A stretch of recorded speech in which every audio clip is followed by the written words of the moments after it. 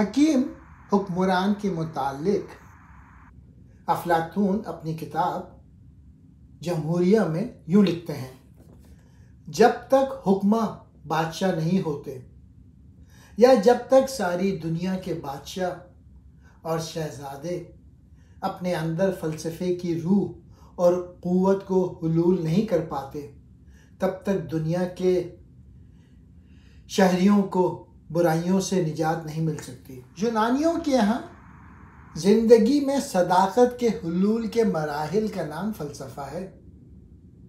یہ وہ علم ہے جو ہمارے اخلاق کا سنگ بنیاد بن جاتا ہے۔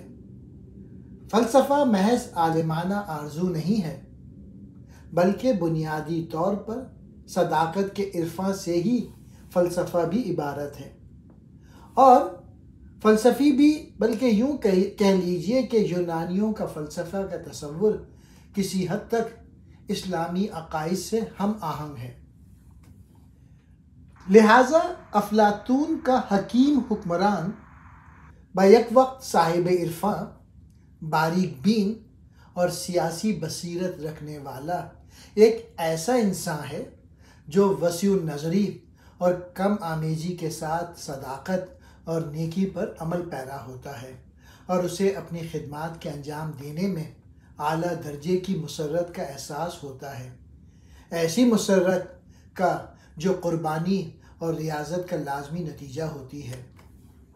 افلاطون کا خیال ہے کہ محض وہی لوگ دوسروں کو روشنی دکھا سکتے ہیں جو خود روشن ضمیر ہیں، جنہوں نے صداقت اور مسرت کا شخصی مشاہدہ اور تجربہ حاصل کیا ہو، وہی دوسروں کو حیات کے مقاصد سے روشنات کرا سکتے ہیں، کیونکہ عام لوگ کے دل و دماغ تاریک گلیوں کے مانند ہوتے ہیں، اور مفکر پستی اور بلندی کے اسرار و رموز کا عارف ہوتا ہے۔ اس کی روح نیک جذبات سے لبریز ہوتی ہے۔ اس طرح ایک فرد کا مقدر حکومتوں اور قوموں کا مقدر بن جاتا ہے۔ ایک فرد کی زندگی ساری سماج کی زندگی کے مترادف ہو جاتی ہے۔ انبیاء اور صالحین کی بات تو درکنار، مارٹن لوتھر اور مہاتما گاندھی جیسے لوگ بھی آج قوموں کے عروج و زوال کا سبب بن سکتے ہیں۔ افلاطون کا مقصد محض یہ ہے کہ ریاست کی نمائندگی دولت مند ترین انسانوں کے ہاتھوں میں نہ ہو، بلکہ یہ باغ دوڑ ہوش مندوں کے ہاتھ میں ہونی چاہیے۔ یہ بات واضح رہے کہ افلاطون کے نزدیک ہوش مندی چالاکی اور عیاری کے مترادف نہیں ہے، بلکہ جسم اور روح کے تقاضوں میں توازن پیدا کر کے رموز معرفت سے آشنا ہونے کے بعد ہی کوئی فرد ہوش مندی کا ثبوت فراہم کر سکتا ہے۔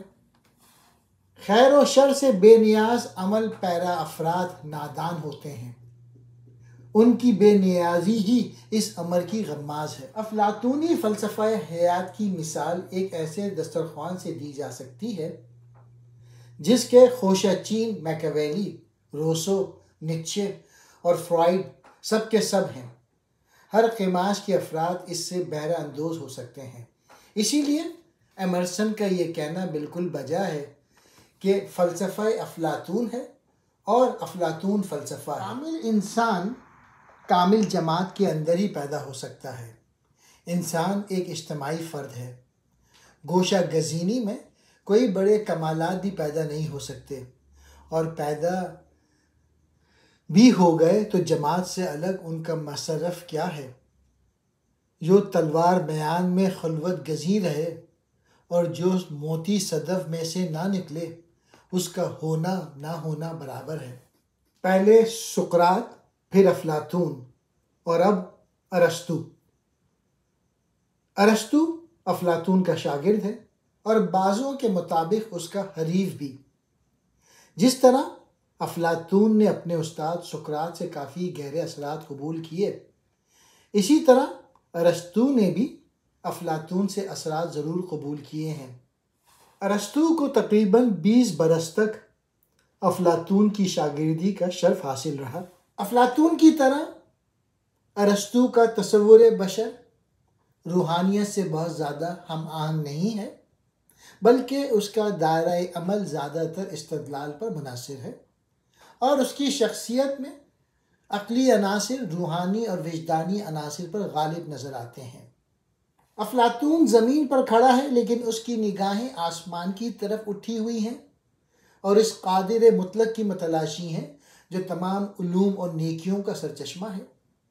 لیکن ارسطو کی نگاہیں کائنات اور انسان پر لگی ہوئی ہیں۔ یہ نسبتاً فرد سے زیادہ سماج کو ترجیح دیتا ہے۔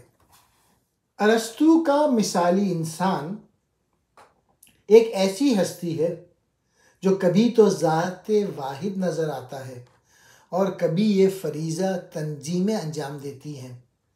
کردار سے زیادہ وہ آئین پر توجہ رکھتا ہے۔ ارسطو لکھتا ہے، جمہوری ریاستوں میں ہمیشہ شہری ہی مقتدر اعلیٰ ہوتا ہے، اور یہ مقتدر اعلیٰ لازمی طور پر کوئی تنہا آدمی ہو سکتا ہے، یا کسی جماعت کے چند لوگ ہو سکتے ہیں، یا بہت سے لوگ ہو سکتے ہیں۔ اس طرح سے ہم یہ کہہ سکتے ہیں کہ جب کوئی ایک یا چند لوگ یا بہتر افراد مل کر عام مفاد کو مد نظر رکھتے ہوئے حکومت کریں تو ان کے سامنے کوئی صحت مند دستور ہونا چاہیے۔